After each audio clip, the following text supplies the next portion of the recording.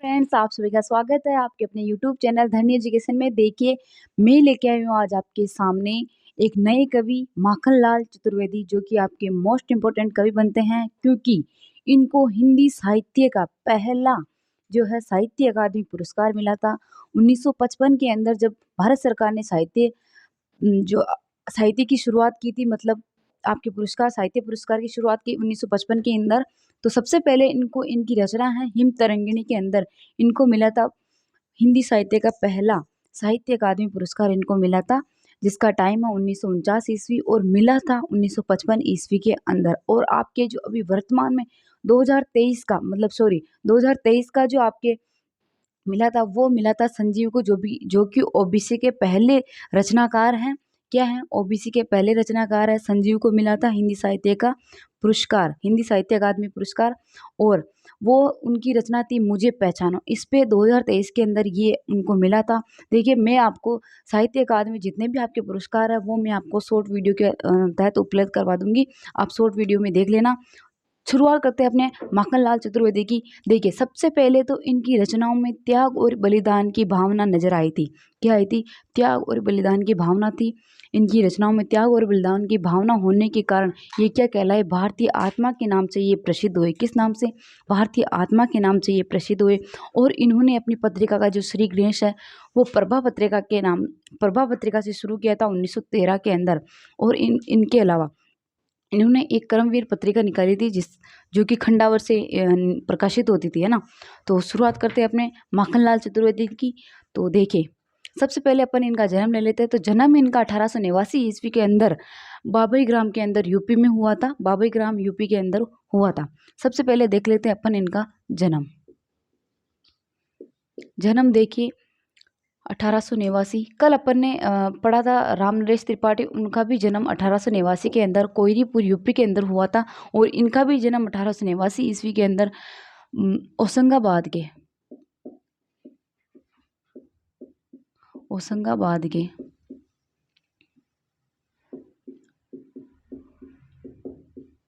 बाबई ग्राम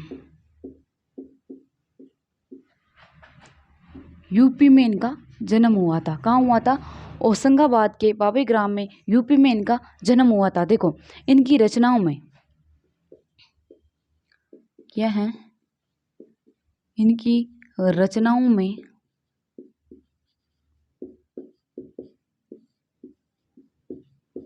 त्याग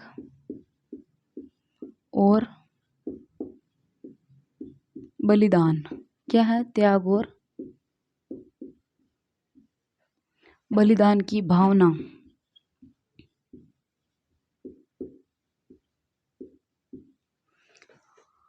त्याग और बलिदान की भावना होने के कारण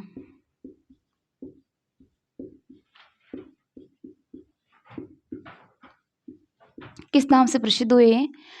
त्याग और बलिदान की भावना होने के कारण ये भारतीय आत्मा के नाम से प्रसिद्ध हुई। ये भारतीय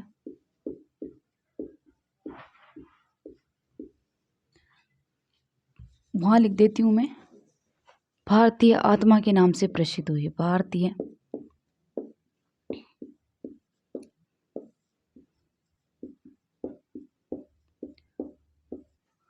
आत्मा के नाम से प्रसिद्ध हुए ना।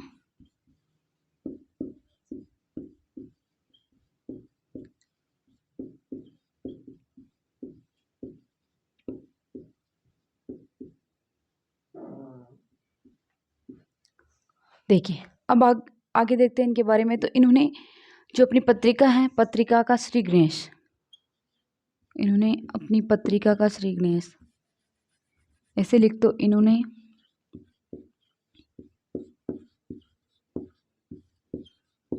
पत्रिका का श्री गणेश यानी प्रारंभ है ना, पत्रिका का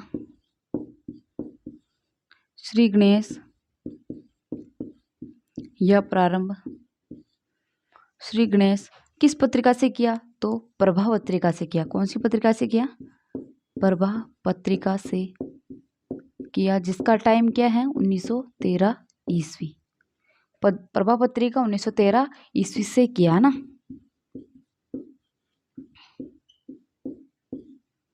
1913 ईस्वी से किया। और इन्होंने एक प्रताप और क्रमवीर पत्रिका भी निकाली। इसके अलावा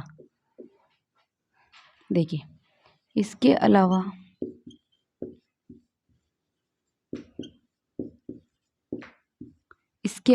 इन्होंने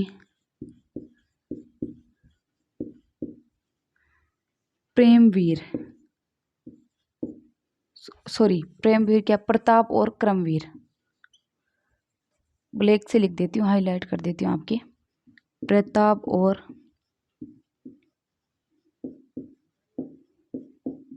क्रमवीर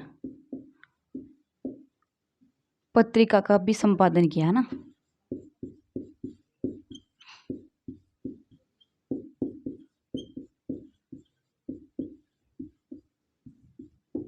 और इनकी जो ये क्रमवीर पत्रिका है ना, ये खंडावर से प्रकाशित होती थी। कहाँ से होती थी? खंडावर से प्रकाशित होती थी।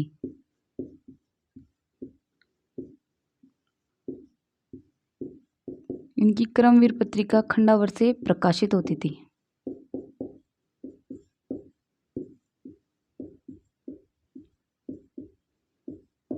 देखिए, जन्म 1889 ईस्वी के अंदर होशंगाबाद बबई ग्राम में यूपी के अंदर हुआ था। और इनकी रचनाओं में त्याग और बलिदान की भावना होने के कारण ये क्या कहलाए? भारतीय आत्मा के नाम से प्रसिद्ध हुए। इन्होंने पत्रिका का श्री गणेश प्रभा पत्रिका 1913 से किया। और इसके अलावा इन्होंने प्रताप और क्रमवीर पत्रिका का संपादन किया। और इनकी जो क्रमवीर पत्रिका है वो खंडावर से प्रकाशित होती थी। और अब देखिए, इनको हिंदी साहित्य का पहला साहित्य अकादमी पुरस्कार मिला था। क्या मिला था? हिंदी साहित्य का पहला साहित्य अकादमी पुरस्कार। देखिए, लिख लीजिए आप भी साथ साथ इनको। हिंदी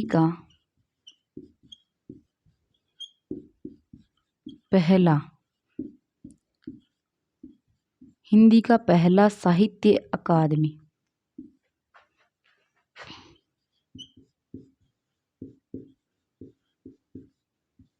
पुरस्कार मिला ना। कब मिला? तो आपके ये मिला था इनको 1955 के अंदर। देखो, 1955 के अंदर इनको मिला था। ये जो साहित्य अकादमी पुरस्कार है ना, ये अपनी 8वीं अनुसूची के अंदर जो अपने 22 भाषाएं हैं उनके ऊपर प्लस राजस्थानी और अंग्रेजी, कुल 24 भाषाओं के ऊपर ये साहित्य अकादमी पुरस्कार दिया जाता है। और भारत सरकार द्वारा ये साहित्य अकादमी पुरस्कार दिया जाता है। सबसे पहले जो मिला वो मिला था आपके माखनलाल चतुर्वेदी को। हिम तरंगिणी इनकी रचना है, उस पर मिला था। 1955 के अंदर स्टार्ट हुआ था और हर साल ये दिया जाता है। और अभी जो अपने 2023 के अंदर मिला था वो मिला था संजीव को, मुझे पहचानो रचना पर। ओबीसी के पहले रचनाकार है संजीव, है ना, याद रखना आप। तो 1955 पर कौन सी रचना है इनकी? हिम तरंगिणी।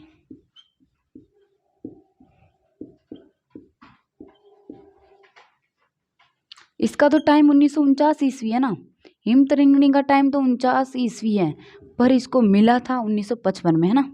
हिम तरंगिणी इनकी रचना है जिस पर इनको साहित्य अकादमी पुरस्कार मिला। और इन्होंने कृष्ण अर्जुन के नाम से एक है जो निबंध लिखा। क्या लिखा था? कृष्ण अर्जुन के नाम से एक नाटक लिखा था। नाटक लिखा था। किस नाम से लिखा था? कृष्ण अर्जुन नाम से। कृष्ण अर्जुन।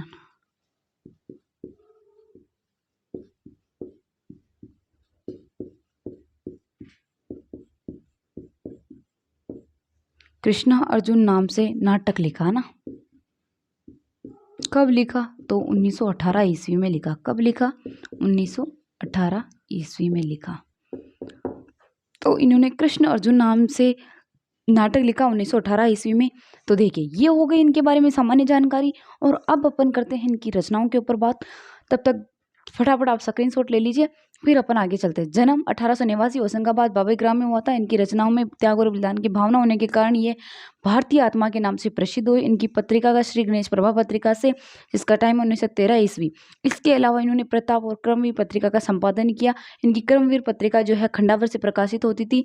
और इन्होंने इनको हिंदी का पहला साहित्य अकादमी पुरस्कार हिम तरंगिणी इनकी रचना है, जिस पर 1955 ईस्वी में इनको दिया गया था। और इन्होंने कृष्ण अर्जुन नाम से एक नाटक लिखा था जिसका टाइम 1918 ईस्वी। देखिए, अब आगे चलते हैं अपन इनकी रचनाओं के ऊपर। देखिए इनकी ऐसी रचनाएं हैं जो दोनों एक नाम से, एक तो हिम तरंगिणी और एक है हिम किरीटिनी। हिम किरीटिनी पर इनको देव पुरस्कार मिला था। कौन सा पुरस्कार मिला था? देव पुरस्कार। और हिम तरंगिणी पर इनको मिला था साहित्य अकादमी पुरस्कार। और हिम तरंगिणी का टाइम 1949 ईस्वी और हिम किरीटिनी का जो टाइम है 1942 ईस्वी। तो आपको ये ध्यान रखना है, क्योंकि आप आगे जाके जो है आपके मिक्स होएगी, हिम किरीटिनी थी या हिम तरंगिणी थी, है ना, दोनों ही एक जैसी हैं।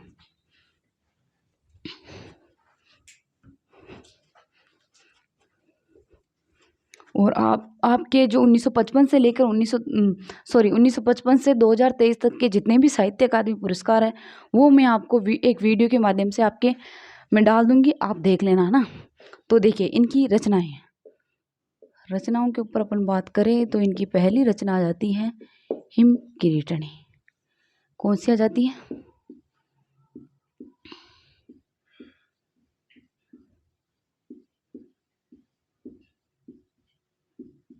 हिम किरीटिनी और हिम तरंगिणी। कौन सी आ जाती है? हिम किरीटिनी और हिम तरंगिणी। इसका जो टाइम है 1942 ईस्वी, है ना।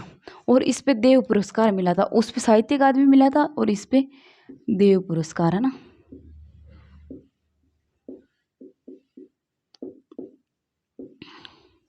देव पुरस्कार मिला था। और इसके अलावा इनकी जो रचना है वो है साहित्य देवता। क्या है? साहित्य देवता। इसका भी टाइम जो है 1942 ईस्वी है। ये इनकी गद्य रचना है। क्या रचना है? कौन सी रचना है? तो इनका गद्य काव्य क्या है? तो ये इनका गद्य काव्य है। ये इनका गद्य काव्य है। इसके अलावा इनकी रचना आई जाती है, मैंने आपको बताई दी, हिम तरंगिणी।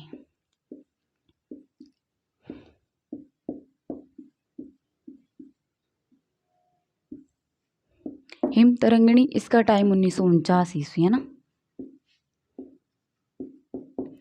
हिम तरंगिणी का टाइम है 1949 ईस्वी।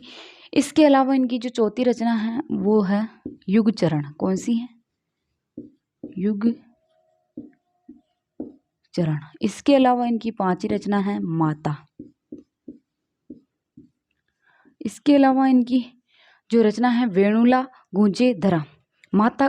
इसका टाइम 1956 ईस्वी। इसका टाइम है 1951 ईस्वी, है ना। माता का टाइम है 1951 ईस्वी और युग चरण का टाइम है 1956 ईस्वी। वेणुला गूंजे धरा। अब इनकी जो अगली रचना है वो रचना है वेणुला गूंजे धरा। ये इनकी रचनाएं हो जाती है। क्या हो जाती? रचनाएं। एक और लिख लो, समर्पण।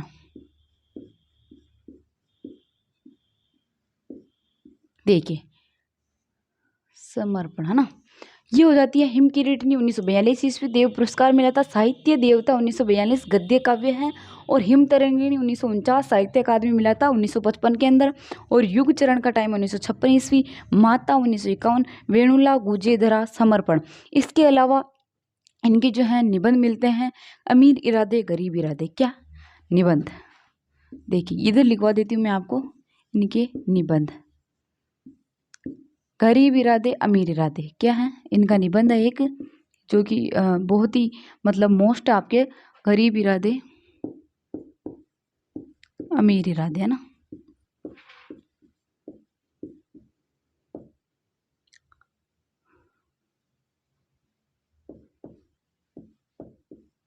ये है इनका निबंध गरीब इरादे अमीर इरादे, है ना।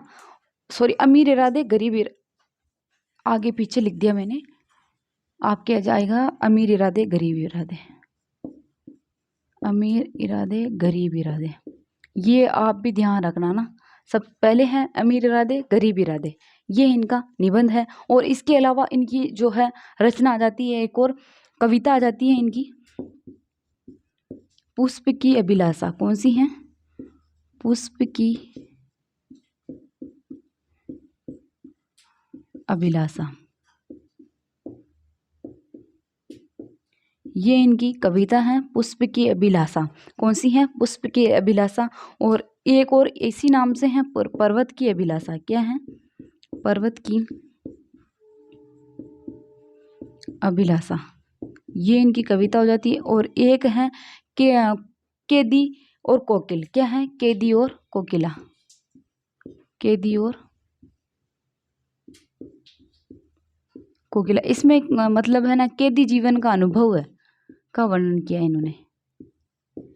कैदी जीवन का वर्णन ऐसे लिख लो आप इसके अंदर ना, कैदी और कोकिला में कैदी जीवन का वर्णन।